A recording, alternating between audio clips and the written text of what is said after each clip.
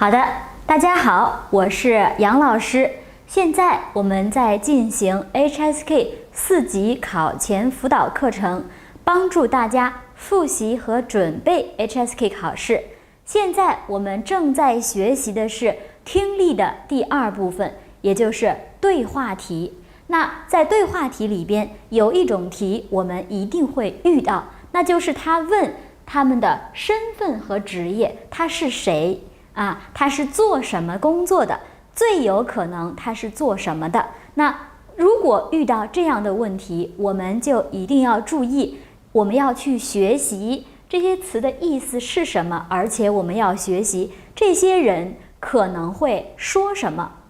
比如說，如果這個人是老師、學生或者校長，那很有可能他們會說一些學生考試、學期、成績、上課、下課、作業、教室、宿舍、食堂、圖書館、寫作業、寫論文等等這樣的話題。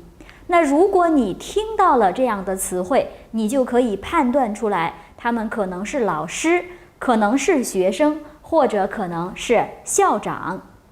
好的，那關於學生、老師和校長會說的詞彙和句子，那我相信，因為大家都是很多人都是學生，所以還是比較熟悉的包括可能校長他會跟大家說一下明天或者是下個星期咱們學校有一個比賽，希望大家積極參加等等這樣的一些句子。那這個我希望大家都能夠熟悉起來，這樣的話呢，考試的時候就不會有大的問題。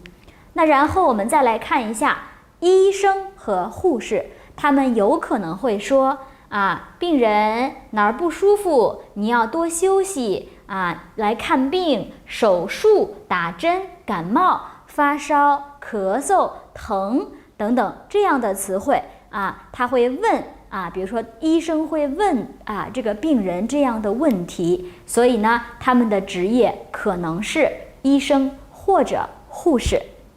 然後我們再來看一下服務員，他會說歡迎光臨，請進，幾位，點菜，吃點什麼，飲料、麵條，買單等等這樣的詞彙。或者在酒店的服務員會問先生，請問您這個預定了嗎？您有沒有預定房間呢？那現在幫您辦理入住手續嗎？請給我一下您的護照等等這個是服務員。那然後我們來看一下售貨員這個衣服很漂亮，您試試吧，樣子怎麼樣？顏色怎麼樣？合適嗎？非常適合您等等我們現在有活動可以便宜100塊錢，或者原價是500，现在是200塊錢就可以了。那這樣的句子一般來說是售貨員會說的。好，那再來看一下警察會說什麼呢？警察會說交通事故、駕駛證、喝酒、開車、小偷等等這樣的內容會是警察說的。好，那再來看一下導遊。那導遊是在你旅遊的时候給你介紹景點的人。那麼導遊會介紹風景、旅遊、拍照、跟我來、景色，他會說這樣的詞彙那麼這是導遊的工作，所以你可能會聽到這樣的詞彙。然後再比如說演員，那可能2個人他在討論一個電影，那電影裡邊的演员怎麼樣呢？他的表演非常好，他演得非常好這個電影或者這個話劇他的角色是什麼？他的 role， 他的那個 character 是什麼？那這個也是同學們可能會聽到的詞彙。當然了，也有可能會聽到他的表演太感人了。那麼他是誰？他是一個演員。好，那我們來看一下经理会说到会議、計劃、安排工作、管理等等的詞彙。那秘書呢，會打字、打印、複印、翻譯、安排機票或者酒店，他會做這樣的工作。那如果你聽到的內容是經理去上海的機票和酒店都已經預定好了，那這個說話的人是誰？他一定是一個秘書。好的，那我們現在來繼續看一下其他的工作和這個職業 position。那麼一種博士是 doctor， 教授是 professor， 師傅一般來說是幫你修東西的人，或者他是出租車的師傅。所以如果你听到師傅請在前面停一下，好，那個男的說好的，那他會問你男的是做什麼工作的？他就是一個出租車的師傅。那賣什麼什麼的比如說賣衣服的，賣手機的還有比如說賣水果的，賣肉的等等，他是售貨員，賣什麼什麼東西的人。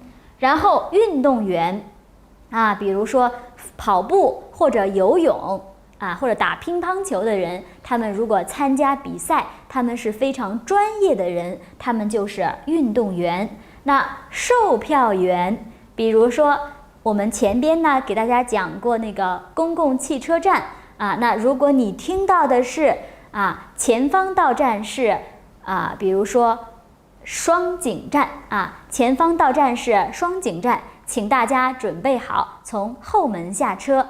那如果你听到了这个句子，他問你說話的人最有可能是做什麼的？他最有可能是售票員。還有球迷、歌迷或者影迷，這些迷，這些 fan 比如說一個人特別喜歡踢足球，看足球比賽，那他有可能跟朋友聊天，聊這場比賽怎麼樣？那他問你這個人有可能是最有可能是什麼人？那他最有可能是球迷。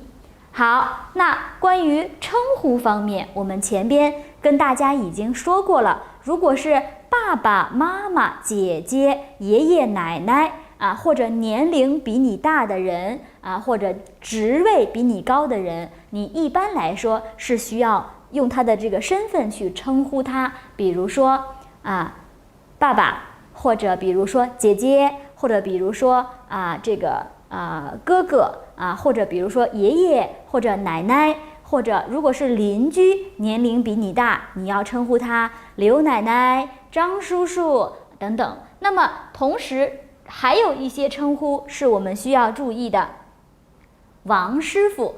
那一位姓王的師傅，這個是我認識的一個人，他很有可能是我們公司的司機，或者是有可能是幫我修理電腦或者修理手機的人。那王總，他一般總的意思是 manager， 他很有可能是公司的老闆。那劉老闆他也是老闆，一位姓劉的老闆。那小張，那一般來說小張是比較年輕的姓張的人。那麼誰可以稱呼他小張呢？一般來說可能是王總或者劉老闆，也就是上級的人會叫下邊的人說，小張，你幫我把這個材料打印一下。那這個對話很有可能就是經理跟職員說的話。所以這樣的稱呼對於大家來說其實是非常重要的。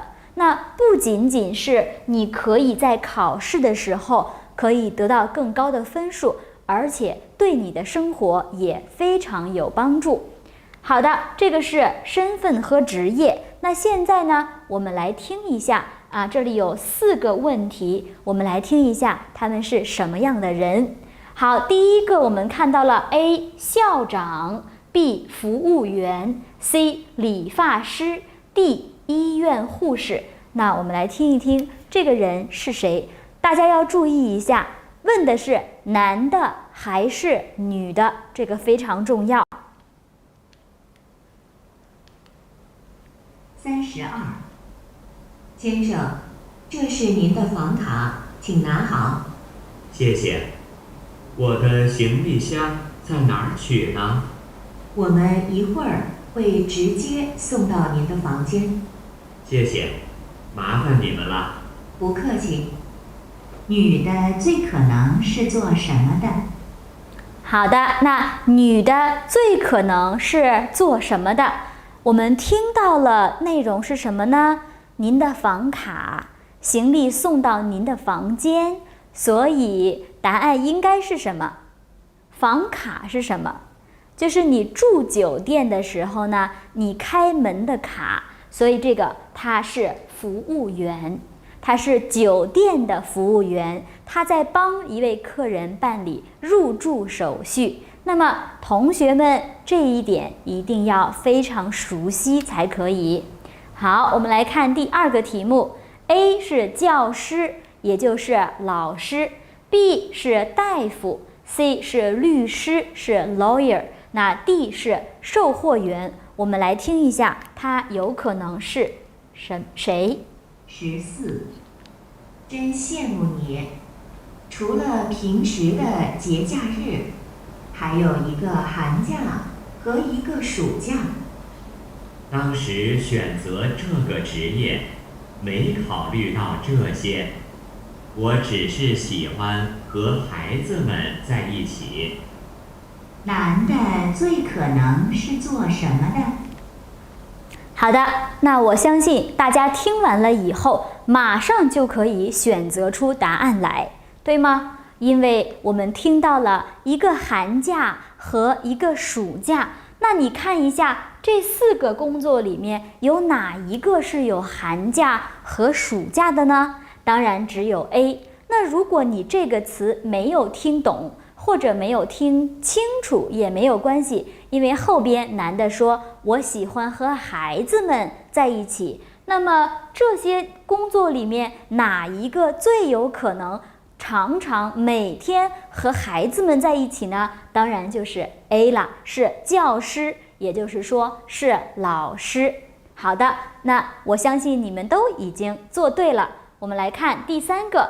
A 是警察， B 是導遊， C 是服務員， D 是售貨員。我們來聽一下。